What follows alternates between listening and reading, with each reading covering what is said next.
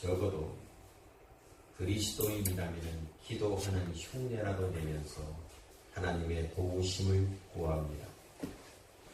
우리의 가정을 위해서, 일터를 위해서, 민족을 위해서 하나님 앞에 기도를 드립니다. 근데 우리의 기도가 아무런 응답이 보이지 않으면 이내 마음속에서 누구나 이런 질문이 생겨납니다. 정말 하나님께서 살아계시다면 왜 우리의 기도를 듣지 않으실까? 혹시 우리의 기도를 듣지 못하시는 것은 아닐까라는 물음입니다. 이사야 선지자 당시 이스라엘 백성들도 이런 의문을 품고 있었습니다. 그들은 바벨론 포로가 되어서 70년 가까이 포로 생활을 계속하고 있었습니다. 그들은 물론 이방 땅에서 가슴 아픈 참회도 했을 것이고 회개의 기도를 드렸을 것입니다. 그리고 고국으로 돌아가 내 민족을 재건하고 새로운 삶을 살아갈 기회를 달라고 하나님 앞에 기도하고 또 기도했을 것입니다. 근데 계속되는 기도에도 불구하고 하나님은 침묵으로 일관하십니다. 그들은 당연히 마음속에 이런 마음이 생겼을 것입니다. 하나님이 왜 우리의 기도를 듣지 않으실까? 묻고 또 물었을 것입니다. 그때 등장한 사람이 역사의 구세주로 사이러스, 바로 고레스가 등장해서 고레스 칙령으로 인해서 마침내 그들은 해방을 맞게 되었습니다. 이스라엘 백성들의 일부는 이제 그들의 고향인 시온 땅으로 돌아왔습니다. 그들은 마음속에 생각했을 것입니다. 아, 우리의 기도가 드디어 응답받았구나 라고 생각했을 것입니다. 그러나 고향으로 돌아와서 본 그 시온의 땅은 황폐한 땅이요 유형지에 불과한 땅으로 변해 있었습니다. 자신의 포로 생활 때보다 더 큰 좌절과 절망을 겪어야 했습니다.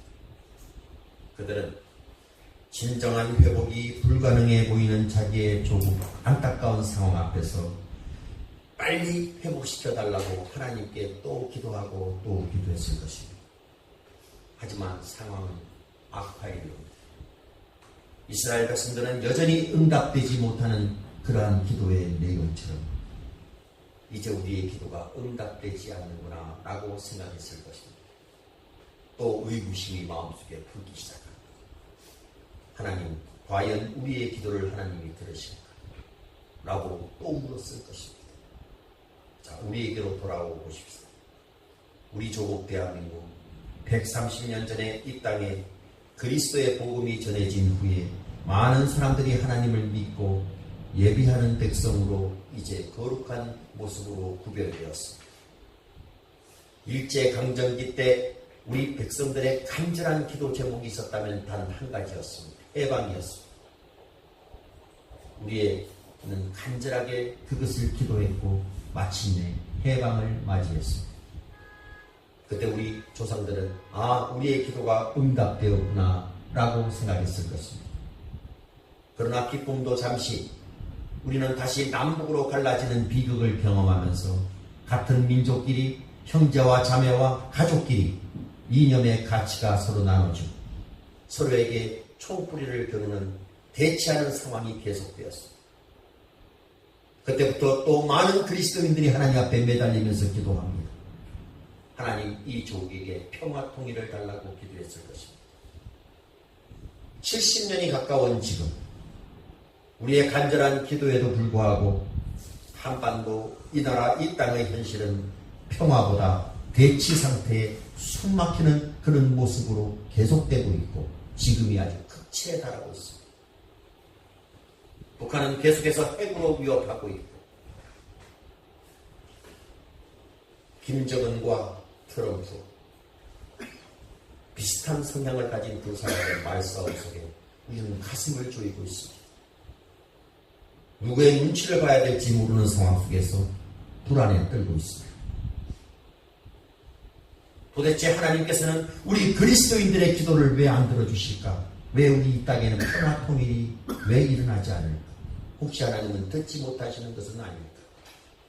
그 질문이 또 생기기 시작합니다. 여러분, 하나님은 절대로 듣지 못하시는 분이 아닙니다. 그런데 왜 우리의 기도가 응답되지 않는 것일까요?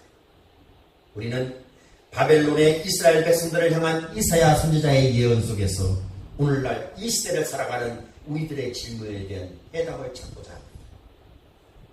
자, 우리 여러분 개인적으로 간절하게 하나님 앞에 구하는 기도 제목들이 있을 것입니다. 어떤 것들은 응답이 되지만 아직까지 응답이 되지 않는 경우가 수도 없이 많습니다. 여러분 식구들의 영혼 구원을 위해서 얼마나 기도했습니까? 또 어떤 여러분 장래를 위한 기도 제목으로 하나님 앞에 얼마나 구했습니까? 그런데 왜 아직까지 기도가 응답되지 않을까요? 이사야서에서 그 해답을 찾고자 합니다. 잘 들어보십시오. 첫째는 우리의 기도가 응답되지 않는 이유, 우리의 죄 때문에 그렇습니다. 이사야서 59장 1절 2절 말씀을 다시 한번 제가 읽겠습니다.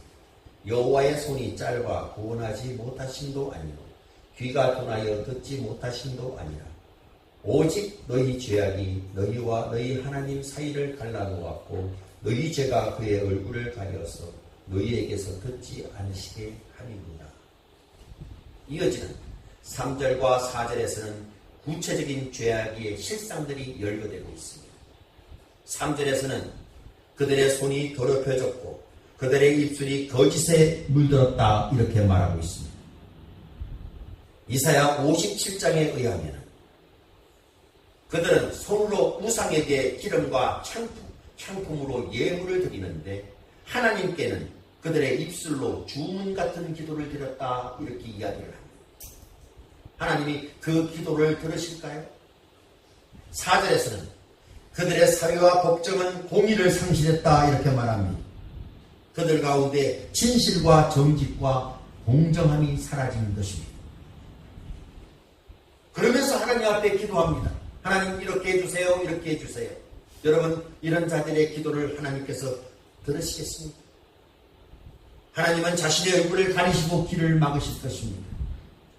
이런 기도를 들을 자는 우상밖에 없다라고 성경에는 이야기합니다. 한번 보십시다. 이사야서 57장 12절 13절을 한번 찾아보세요. 바로 밑 다음 전장이죠. 57장 12절 13절 12절 13절을 여러분 같이 읽습니다. 시작. 내 공의를 내가 보이리라. 내가 행한 일이 내게 무익하니라.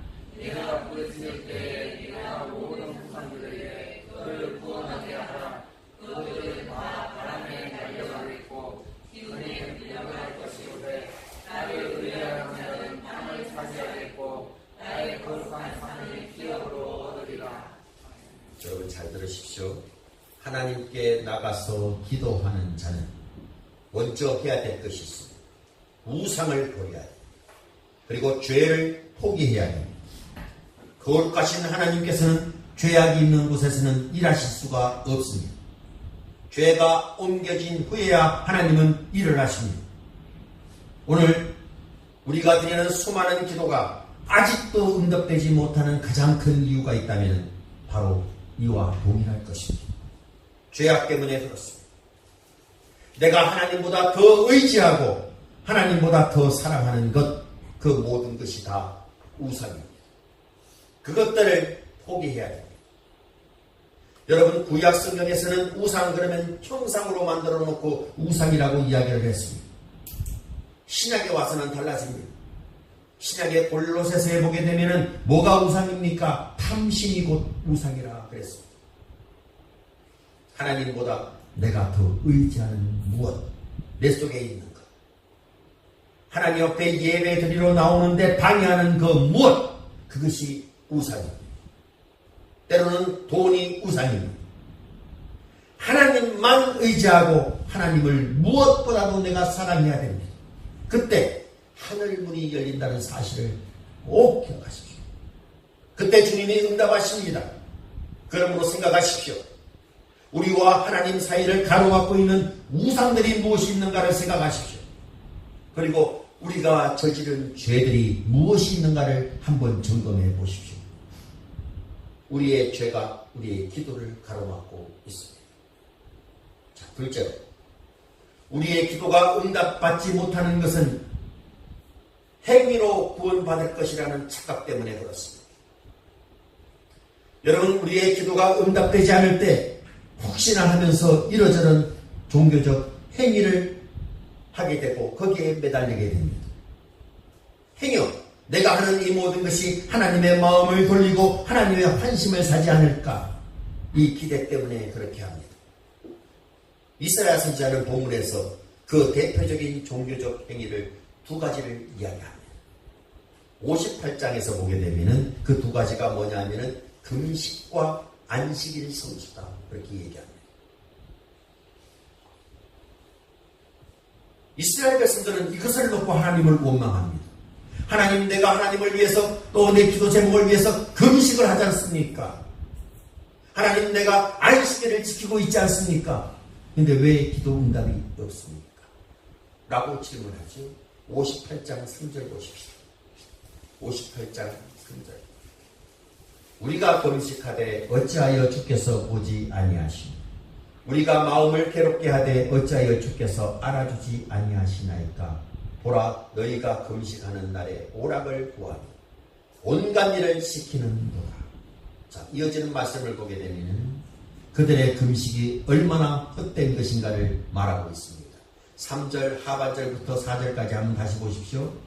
보라, 너희가 금식하는 날에 오락을 구하며 온갖 일을 시키는도다. 보라, 너희가 금식하면서 논쟁하며 다투며 악한 주먹으로 치는도다. 너희가 오늘 금식하는 것은 너희의 목소리를 상달하게 하려는 것이 아닙니다.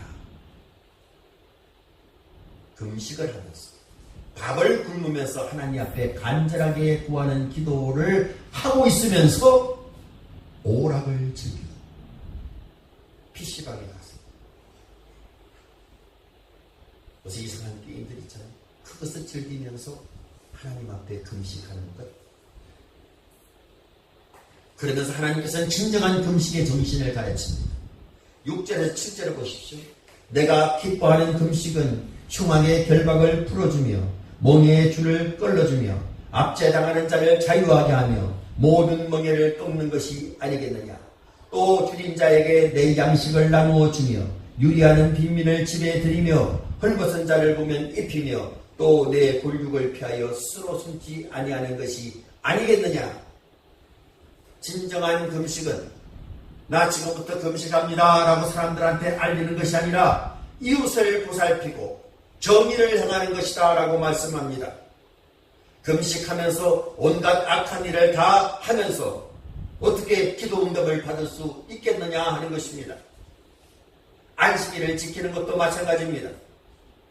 형식적인 금식 생활이 기도에 전혀 도움이 안 되는 것처럼 안식일을 형식적으로 지키는 것 역시 기도 응답에 방해가 된다는 것을 기억하십시오. 58장 13절 한번 보십시오. 58장 13절. 여러분이 읽으십시오. 시작. 만일 안식일에 네 발을 통하여 내 성일에 오락을 행하지 아니하고 안식일을 일컬어 즐거운 날이라 여호와의 성일을 존귀한 날이라 하며 이를 존귀하게 여기고 내 길로 행하지 아니하며 내 오락을 구하지 아니하며 사사로운 말을 하지 아니하며. 안식일 성수, 요즘으로 얘기하면 주일 예배죠. 진정한 주일 예배는, 안식일 성수는 그 의미대로 그날에 하나님을 구하고 하나님을 만나야지 기도가 응답된다는 것을 이야기하는 것입니다. 내가 그냥 형식적으로 예배에 참석했기 때문에 아닙니다. 하나님을 만나고 하나님의 음성을 듣고 그것도 즐거운 마음으로 예배에 참석해야 되는 것입니다. 외형적인 종교적 행위는 기도 생활에 도움이 되지 못합니다. 내가 이렇게 주일 성수를 하니까, 내가 이렇게 금식하니까, 내가 기도하니까, 내가 또 이렇게 헌금도 하니까 하나님이 내 기도를 들어주실 거야 라는 가정하지 마시라는 것입니다. 59장 6절 다시 오늘 본문 말씀으로 넘어옵니다. 6절 보세요. 그 짠 것으로는 옷을 이룰 수 없을 것이요 그 행위로는 자기를 가릴 수 없을 것이며 그 행위는 죄악의 행위라 그 손에는 확한 행동이 있으며. 본질적인 돌이킴이 없는 종교적 행위 소용이 없다는 것입니다. 이사야 선지자는 분명히 선언합니다. 진실한 회개 없는 종교 행위는 우리를 의롭게 하지 못한다라고 이야기를 합니다. 마치 아담과 하와가 죄를 범하고 부끄러워서 무화과 나뭇잎으로 옷을 만들어 입었지만 햇빛에 노출되다 보니까 이 이파리가 바짝 말라버려서 부서져 버렸어요. 다시 부끄러움이 드러납니다. 그 부끄러움을 가릴 수 없는 것처럼 똑같다는 것입니다. 우리의 불완전한 행위, 그것이 종교적 행위일지라도 주님 앞에 그것 가지고 나갈 수 없다는 것입니다. 이 두 번째입니다. 자, 여기 세 번째, 우리에게 희망을 주십니다. 셋째, 그러나 우리에게 중재자가 계시기 때문에 구원은, 기도의 응답은 가능하다. 이 메시지를, 희망의 메시지를 줍니다. 중재자가 뭡니까? 중보자, 똑같은 말이죠. 결코 온전할 수 없는 우리에게 구원은, 기도의 응답은 불가능할 것입니다. 자, 여러분, 아담과 하와가 만든 옷으로는 그들의 부끄러움을 가릴 수밖에 없었습니다. 근데 그들에게 남은 희망이 뭡니까? 하나님이 직접 옷을 만들어주는 옷을 입었습니다. 그 옷은 가죽 옷이었습니다. 하나님께서는 아담과 하와에게 한 짐승을 잡아서 가죽 옷을 지어 입히셨습니다. 59장 16절, 마지막에 우리 본문 읽었던 16절 보세요.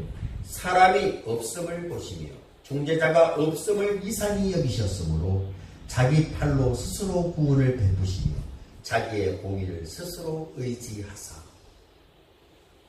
자, 여러분, 우리는 이미 59장 6절에서 7절 말씀을 보게 되면 그 손에는 포악한 행동이 있으며 그 발은 행악하기에 빠르고 무지한 죄를 흘리기에 신속하며 그 생각은 악한 생각이라 방패와 파멸이 그 길에 있으며, 이 말을 묵상했습니다.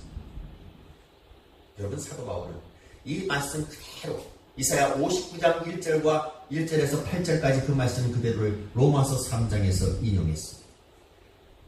로마서 3장 10절 이하에 보게 되면 의인이 없나니 하나도 없으니 모든 사람들이 악을 행하고 쭉 나옵니다. 똑같은 말씀이 나옵니다. 그러다가 나중에 23절 가서는 모든 사람이 죄를 범하였음에 하나님의 영광에 이르지 못하더니. 자, 이어지는 말씀을 주목해야 됩니다. 로마서 3장 25절에 보면은 이 예수를 하나님이 그의 피로써 믿음으로 말미암는 화목제물로 세우셨으니 이는 하나님께서 길이 참으시는 중에 전에 지은 죄를 관가하심으로 자기의 의로우심을 나타내려 하시니, 어떠한 행위로도 구원받을 수 없는 우리를 위해서 우리 예수님께서는 우리의 중재자가 되어주셔서 화목제물이 스스로 되셨다는 것입니다. 그분은 우리의 구원의 중재자일 뿐만 아니라 우리의 기도의 중재자이십니다. 우리 자신을 스스로 구원할 수 없을 때 예수님은 우리의 구원자의 중재자가 되어주셔서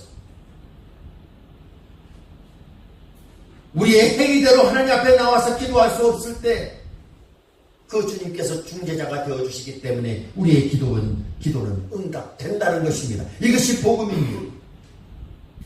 내가 예수 그리스도를 참으로 믿고 중보자 예수님의 이름으로 하나님께 나아갔을 때 하나님은 우리 기도를 들으시고 우리의 삶에 은혜를 경험하게 하십니다. 우리 스스로는 불의함으로 스스로 망했지만은 의로우신 중재자 예수 그리스도는 우리 인생을 다시 만들어 주십니다. 내가 회개하고 하나님 앞에 나와서 그분만 의지할 때 우리의 기도는 상달됩니다. 왜? 우리의 중재자가 계시기 때문에 그렇습니다. 예수님을 만나기 전에는 우리는 실패자들이었습니다. 다 망한 사람들이었습니다. 그러나 주님을 만나고 나서는 다시 주님께서 우리를 걸작품으로 만들어 주십니다. 하나님의 자녀로 만들어 주십니다. 여러 해 전에 스코틀랜드의 한 해변 근처의 카페에서 일어났던 실화입니다. 해변에서 일하는 어부들 몇 명이 카페에서 앉아서 커피를 마시면서 자신들의 무용담을 늘어놓습니다. 스스로 잡은 고기에 대해서 이야기를 하고, 근데 한 어부가 내가 잡은 고기는 말이야 그러면서 얼마나 큰지 알아?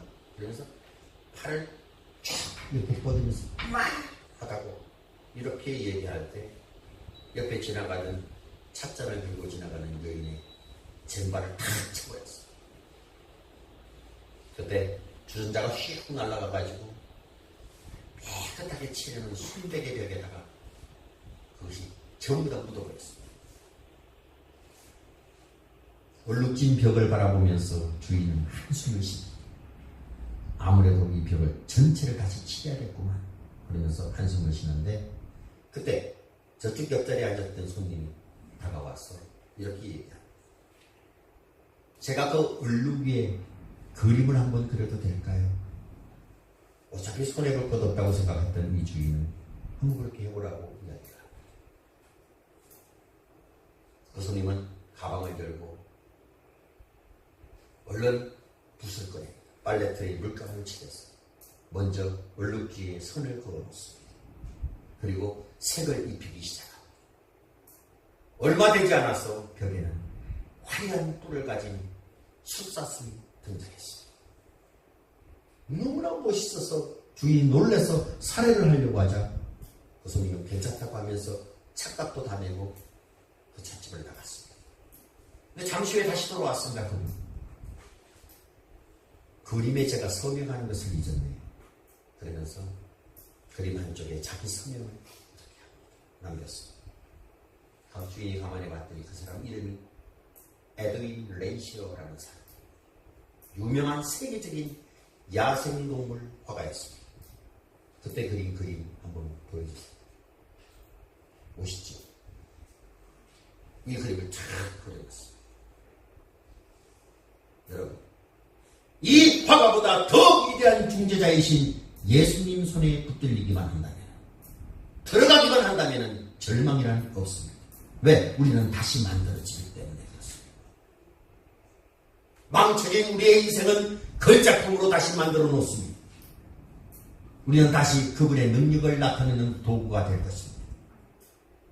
여러분, 소리친다고 기도가 응답되는 것이 아닙니다. 우리의 종교적 행위로도 하늘 문을 열 수는 없습니다. 그런데 우리에게 다가오신 예수 그리스도, 내 죄를 다 짊어지시고 십자가에 피 흘리신 그 예수 그리스도, 그분 앞에 나와서 내 죄를 간절히 회개했습니다. 주님, 이제는 나에게는 주님밖에는 없습니다. 주님이 나의 온전한 구원자이십니다. 그리고 여러분의 삶을 그분 손에 의탁했을 때 주님은 우리를 새롭게 만들어 놓습니다. 그리고 하늘 문을 열어놓을 것입니다. 우리의 기도가 다 응답되어지는 놀라운 일을 내 눈으로 목격하게 될 것입니다. 이 은혜가 오늘 여러분과 제 삶 속에 풍성하게 임하기를 주의 이름으로 축복합니다. 기도하십시오.